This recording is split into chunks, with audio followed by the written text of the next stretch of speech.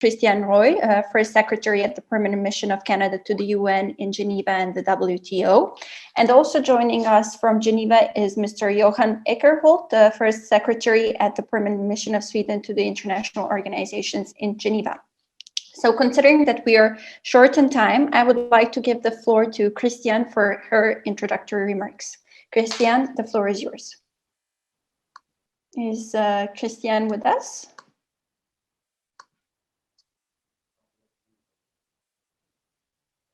Perhaps not. Then perhaps we can start with Johan Ekerhult until we wait for Chrystiane.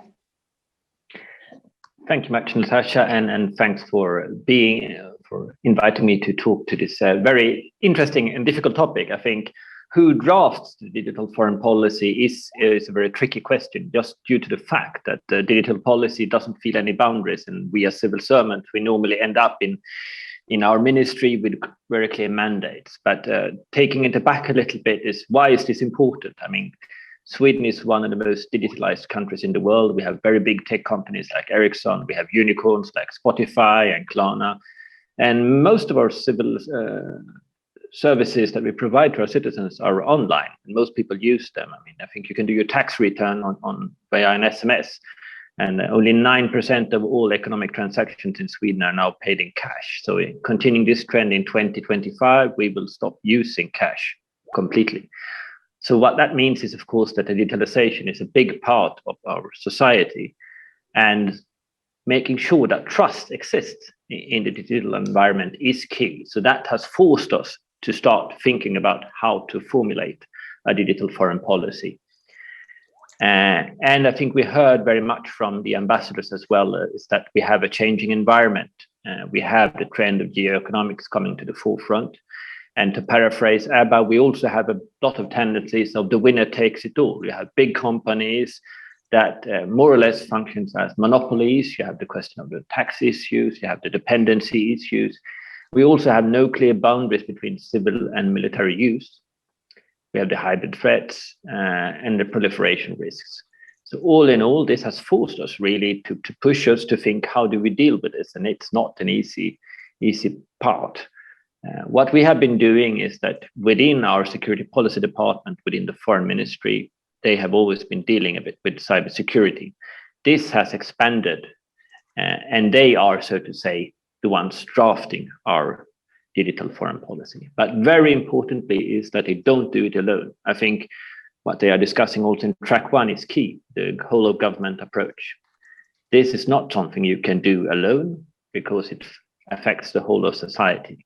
So what we have been doing is we have been setting up something called interdepartmental working groups. And they exist at the working level all the way up to state secretaries. And we try to draft to them discussion papers on AI, on platform economy, on cross-border data flows, to discuss and hammer out Swedish positions on this. And what has been clear when we have been doing this is that a digital foreign policy is a mix of traditional foreign and security policy. It has to have a strong element of trade policy and development policy. All these three bound together makes a good mixture.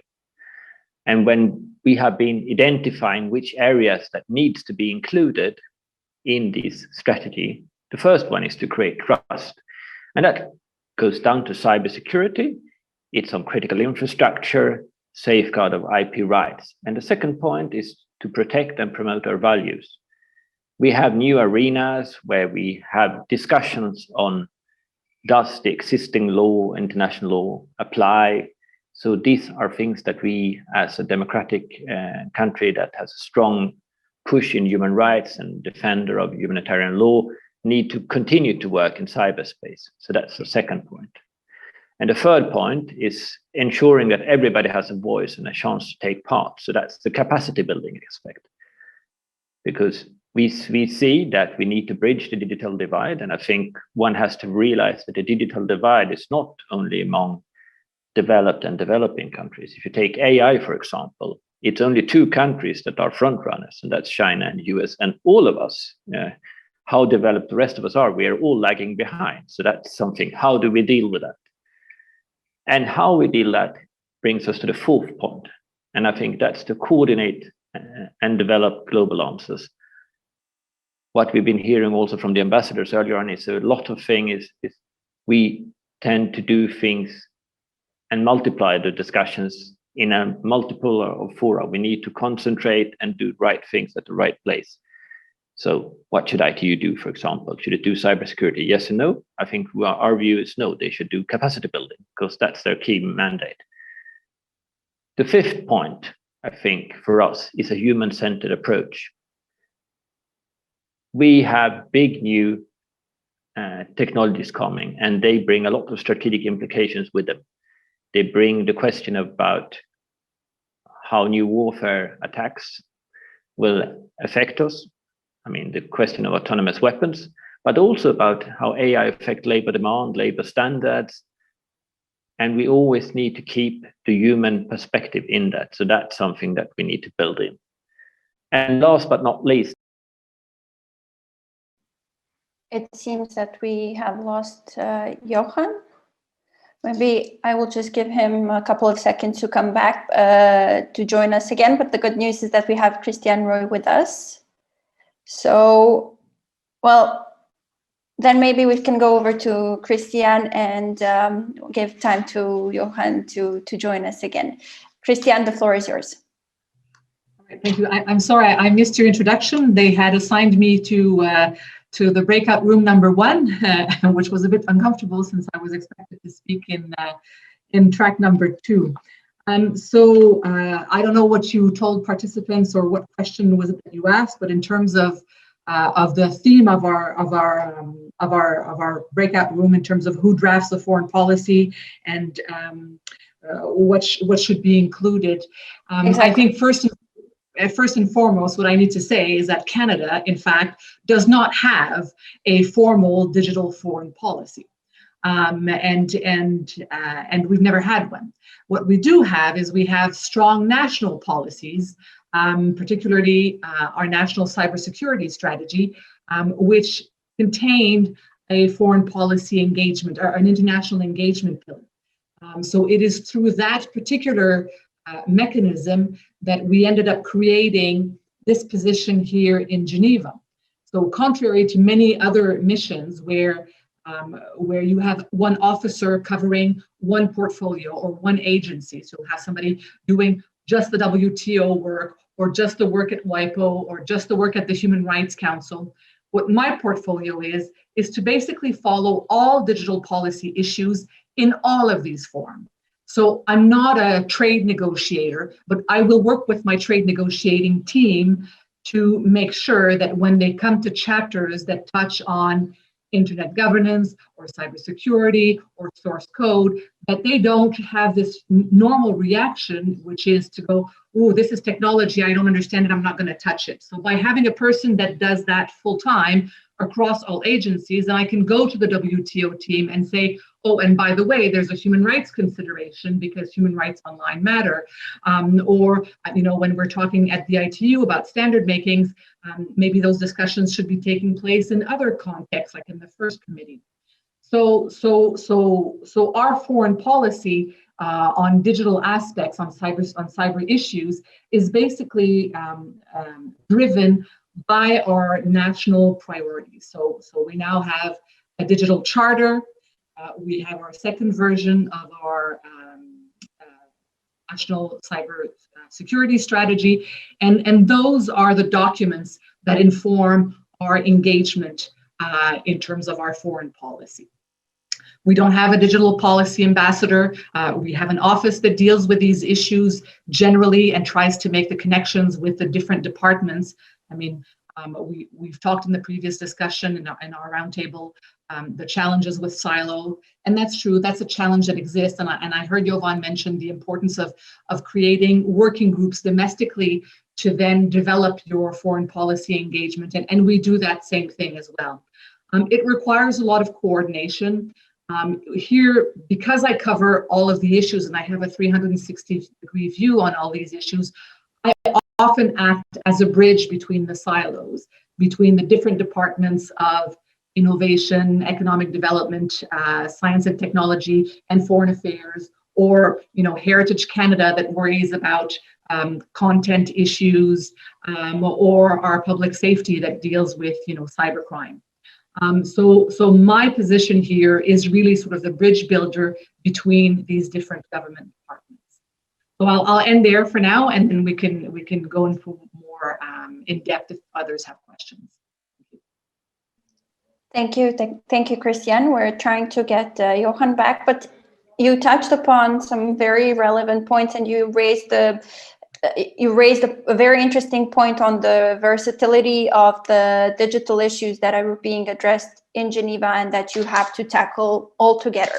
So my question to you, the socioeconomic possibilities of digital technologies are far-reaching, and there's no doubt. And it has, as you mentioned, it has become an indispensable issue on the domestic, but also in international agenda. So how do we ensure that digital foreign policies are sufficiently granular yet comprehensive enough at the same time? Well, it depends on what your national priority is. Maybe your national priority is all about cybersecurity. Hence, your foreign policy engagement will be to look at state-on-state behavior in cyberspace, and you won't worry so much about international connectivity. If your national priority is more development focused, then that will inform whether or not you invest more of your resources in capacity building. And to get to these, to decide that, I mean, obviously you need to have, the top governmental policymakers, the deciders or governments, they have to have the first buy-in. If your political leaders don't buy into the whole ICT importance discussion, whether it's connectivity, whether it's security, whether it's crime, whether it's economics, if they're not convinced about that, then it will be very hard to come up with either a granular or a comprehensive foreign policy on digital issues. So you really need to have the governmental buy-in first and foremost. So that's key. Canada has a feminist foreign policy that we've announced in 2015. Initially, there was no real consideration given to any digital policy angle to that policy, because the focus was always, empowering women. So maybe we were empowering women through digital tools, but it wasn't a digital policy program. It was still empowering. It was about women. So there might have been these elements that were feeding into the feminist foreign policy, but they weren't strictly defined as digital. So I would say that, in fact, we have a fairly comprehensive foreign policy approach on digital issues. It's just that we've not packaged it in one place altogether. We look at it through the different lens of the different needs. So when we have a cybersecurity discussion, we deal with it there. When we have the feminist foreign policy discussion, we have digital elements there, but it's not a comprehensive one. Now, is that good or bad? Sometimes I'm quite envious of, for instance, the Australian foreign policy, which is a whole all-encompassing one. But at the same time, I find that ours perhaps gives us a level of agility, because we're not bound by one sort of, all government departments have to have this buy-in into this document. We can be a bit more nimble and then work with specific departments as needed, depending on what issues arise. Thank you, Chrystiane. And we have Johan back with us, and you actually touched upon an excellent point, which is feminist foreign policy, something that Sweden has as its foreign policy. And actually, you in the Swedish foreign policy, you discuss a gender disbalance also in a digital context. So can you perhaps tell us more how these priority areas or issues are decided upon? Thank you very much, and sorry I was doing a little detour into group 1 and group 3. But I think yes, we have a Swedish feminist foreign policy, but it's not only a feminist foreign policy. We have a feminist government, we have a feminist trade policy. So when it comes to the feminist or the gender aspects, it's something that we work with in all parts of government, and it's integrated at all levels. So this is a very clear priority from our government. So we try to integrate that at all levels. I mean, firstly, so of course it's bridging the digital gender divide in policy documents. I mean, we have to work on that, and we have to focus on that. So then one aspect of how we deal with that. And secondly, when we prioritize, of course, we look at our aid and our support, and it's a very simple, in theory, at least a very simple thing. We look where we get bang for the buck, and in general, we think that spending a little bit money on policies that have a focus on ensuring gender equality often gives a lot of bang for the buck. We see a big change. We see a big help for getting women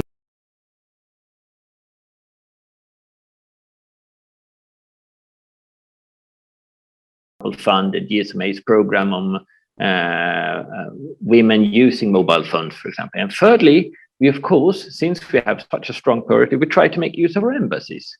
Last year, I think in our embassy network, we organized 50 different Wikigaps. And Wikigap is a thing that we try to get women to contribute to Wikipedia. And I think in total, we have 27,000 new posts on women. Not, of course, but by women and people writing about women to try to balance the narrative.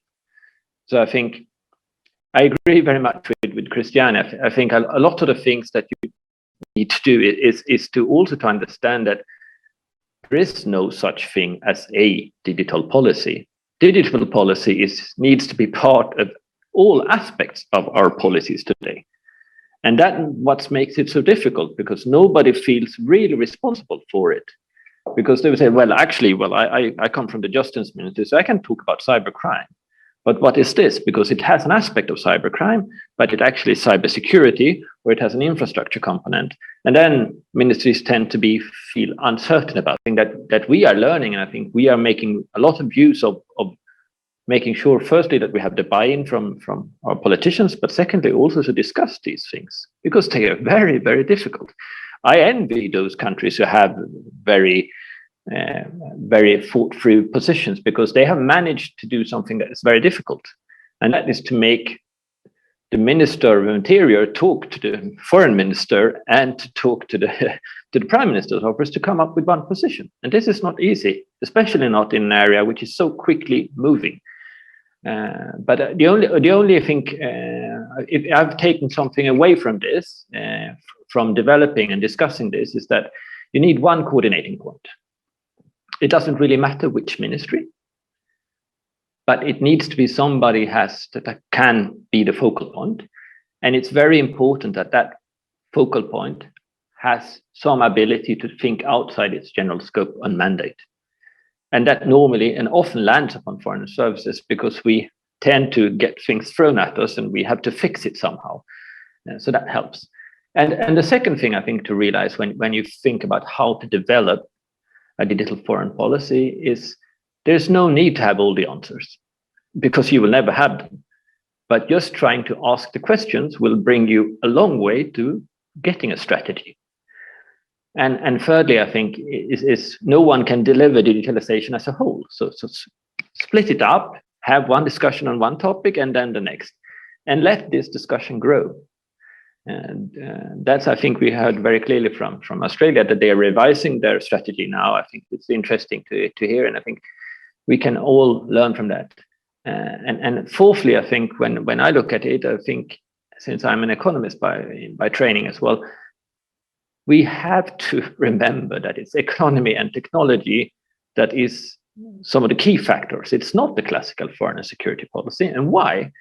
It has been mentioned a number of times. It's because most of this is run by a few very big companies. So we need to get them on board. We need them to have engaged. We need them to talk, because we can't do this alone. And my final point on this, I think, is as being, so to say, the digital attaché here for 1.5 years, and also did it for a few years in Brussels, make use of the luxury of being at the helicopter perspective in Geneva. Connect the dots. I spend a lot of time helping my government to talk to one another. But we have the luxury of seeing that, and we see these things. We don't need to be experts at all things, because there, from that we have the capital, but we might need to highlight capital about things that are going on. And I think I and Chrystiane, we have very good conversations on this and how to do that. Just that. I think that's a big and sometimes very frustrating, but also a lot of fun when you can see that things change. And I'll stop there. Thank you. Thank you for sharing these practical points that are very useful for our discussion, and that can be very useful for countries that are devising digital foreign policies. But as you said, there is no such thing as digital policy. It is part of everything nowadays. Now I would like to bring in my colleague Marco Lori into the discussion, who will share with us some comments and questions from the chat. Marco, the floor is yours. Thank you, Natasha. There were quite a few reactions that our speakers sparked in the chat and that participants have shared with us. I will summarize them into 3 main tracks. One of them is about the inclusivity of discourses, inclusivity of policies, inclusivity of processes. In particular, the comments were twofold. On one hand, there was a comment pointing out that most of the speakers that we have today are from developed countries. I will just remind that we also have a segment later on with the African Union that will reflect precisely on this aspect, on representation of developing countries when it comes to foreign policy and digital foreign policy. So the participant was arguing that he supposes that this reflects also the reality of who in practice makes digital policies. So was hoping for more developing countries representation. And at the same time, moving from the representation of developing countries on digital policy and foreign policy to the processes and negotiations themselves. It was also arguing that there is a push to write digital policies in trade negotiations. This is a current trend, and is claiming that these negotiations are not multi-stakeholders and not representative, which was also picked up by one of the other participants, who considered that inclusive discourses are needed, but are much slower, and they demand much more flexibility from all stakeholders. And in the end, it's the only way that through which we can ensure global governance. There was a last point and last question from a participant asking, do you think that digital foreign policy or government's policies will be influenced by the possible move from wealth of nations to the health of nations in the coming years? It's not too clear to me what the difference between these two terms are, but maybe the speakers can pick up on that. Thank you. Thank you, Marco, for bringing in the questions from our audience. And 2 points struck with me, which is developing countries and inclusion, and they're very much interrelated. So I would give the floor now to Chrystiane for her final remarks, given that we are very short on time, unfortunately. Okay, I'll make it quick. So yes, no, I absolutely agree with the fact that, at the moment, the most countries that have the resources to dedicate to digital policy making tend to be those in developed countries, because this is where the industry is, this is where the digital economy has developed, and so there's pressure on us from our stakeholders to engage in these discussions and to try to find solutions to the problems that we have. But for instance, Canada tries to remedy that. For instance, we have created the Women in Cyber Fellowship, where we funded women participants to come to the meetings of the open-ended working group as representatives of their country. We provided some mentorship so that they could be at the table representing the views of their countries.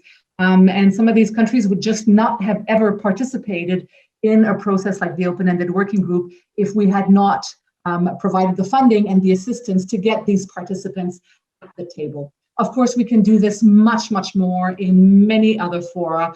I absolutely agree. And hopefully we're going to start moving into that direction as well. In terms of the point, and I know Richard Hill makes this point every time, that it's terrible that we don't want to discuss some of these issues at the ITU, but we're willing to discuss them in the WTO. Well, bottom line is both of these organizations are state-led, but neither of them are multi-stakeholder. In both cases, not everybody can just come in and take part in the discussion. The only place where that actually happens is the Internet Governance Forum, where anybody can turn up, join the discussion, put their piece on the table, and then if they convince, then they will get countries to start defending that in other decision-making bodies. So, you know, in the WTO negotiation, Canada has tried to be very transparent in terms of what we're trying to achieve. Nationally, we work with our stakeholders. And you know, this is one way to integrate the voice of other speakers, beyond just government speakers, is to integrate them into our policy development, our negotiating positions when we get to places like the WTO. In terms of the influencing the health or the wealth, I'm not quite sure I understood what that question was about.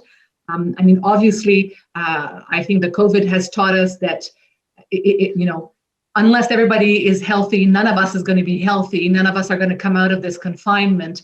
So yes, I agree that there is there probably needs to be a rethinking of how we approach the world after this COVID pandemic.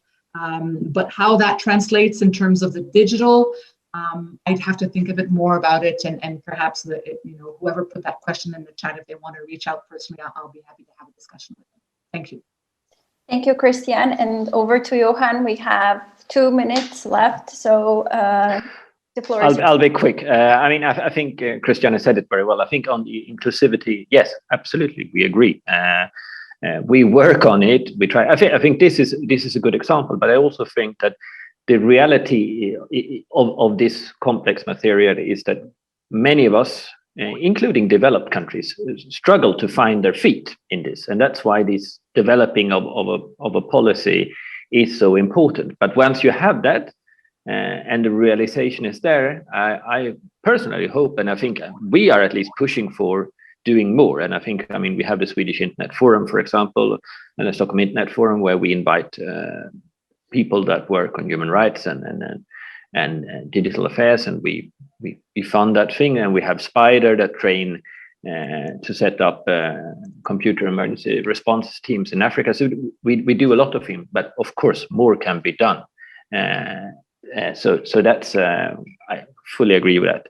And I think on the discussion on multi-stakeholderism, that's a tricky one. We all like it, and we all like effectiveness. But I think in the end, what we all can agree on is that since this is getting more important, the UN is doing more. We have the tech envoy coming up. We have the roadmap. We need to ensure that we keep and strengthen the multi-stakeholder model in all forums, and because that is something that we need to work on. Because otherwise, we will not succeed. Because internet is not run by us; it's run by big companies and the civil society together with us, and that's something we need to work on. And on the health and wealth, I also have the same feeling that yes, we all feel that digitalization has been spurred and pushed by COVID, and yes, of course, it's digitalization is secondary to health, but also for me, it's difficult to know exactly what the question entails because it's so broad. But I think there's no change in the fact that, of course, health is a number one priority. If you're not healthy, you're not so interested in other stuff.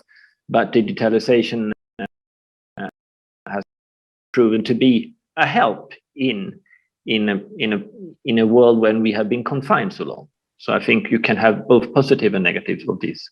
I'll stop there. Thank you.